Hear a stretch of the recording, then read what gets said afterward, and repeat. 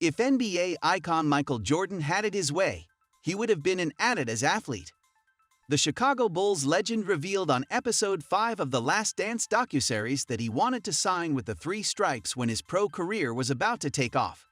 Because that was not possible due to what Jordan's longtime agent David Falk referred to as dysfunction within Adidas, Jordan signed with Nike, despite having little interest in the company.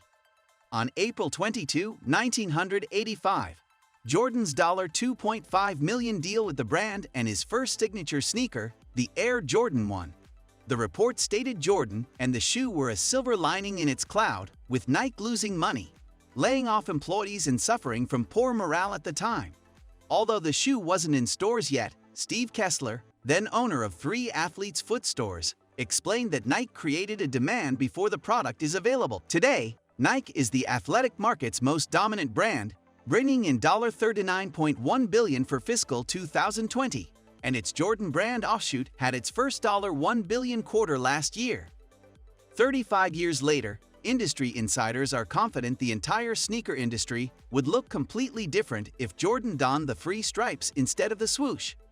Adidas nor Converse nor any other shoe company that would have signed Michael would never have been able to make him Michael as a sports legend, because the key to Michael Jordan and Nike was executives and designers, Rob Strasser, Peter Moore and Phil Knight giving the okay to make him an icon on advertising.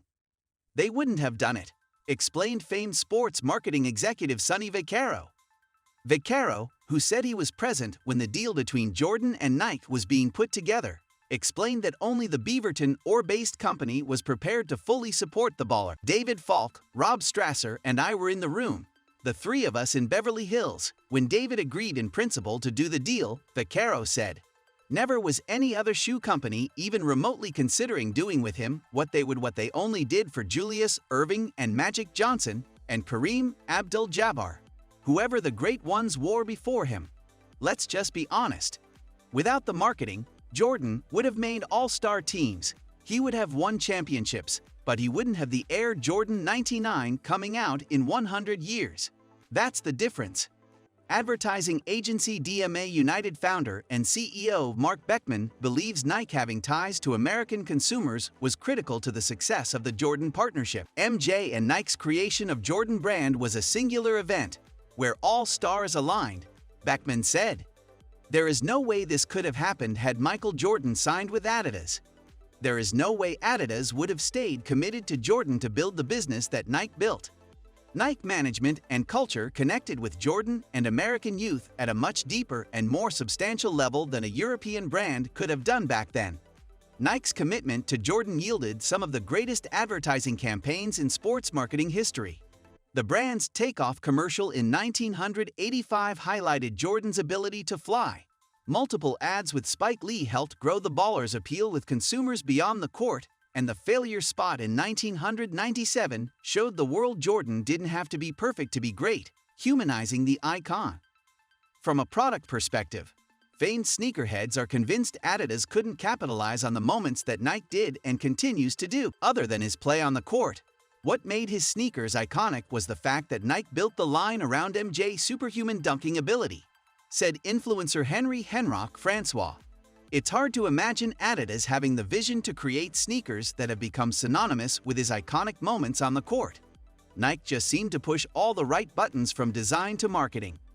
Sneaker collector Sid the Kicks Marasier, however, believes Adidas would have been just as prepared to make history with Jordan as Nike was. His sneakers would still be as iconic, and maybe even more. Adidas was already a major player in the sports world in comparison to Nike, whose main sport was jogging.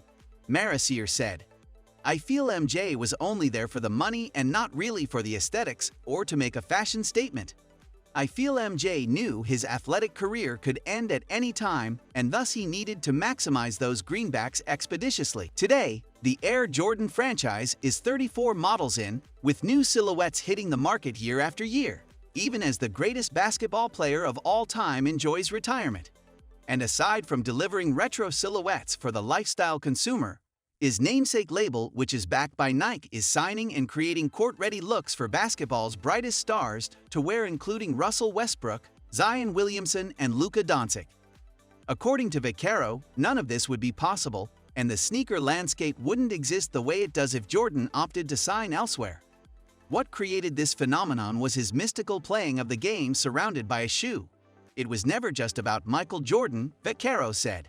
It was always about Air Jordan, from the first shoe and the first commercial bouncing the ball and later, Spike Lee's involvement. The iconic world on the court shifted to a marketing world.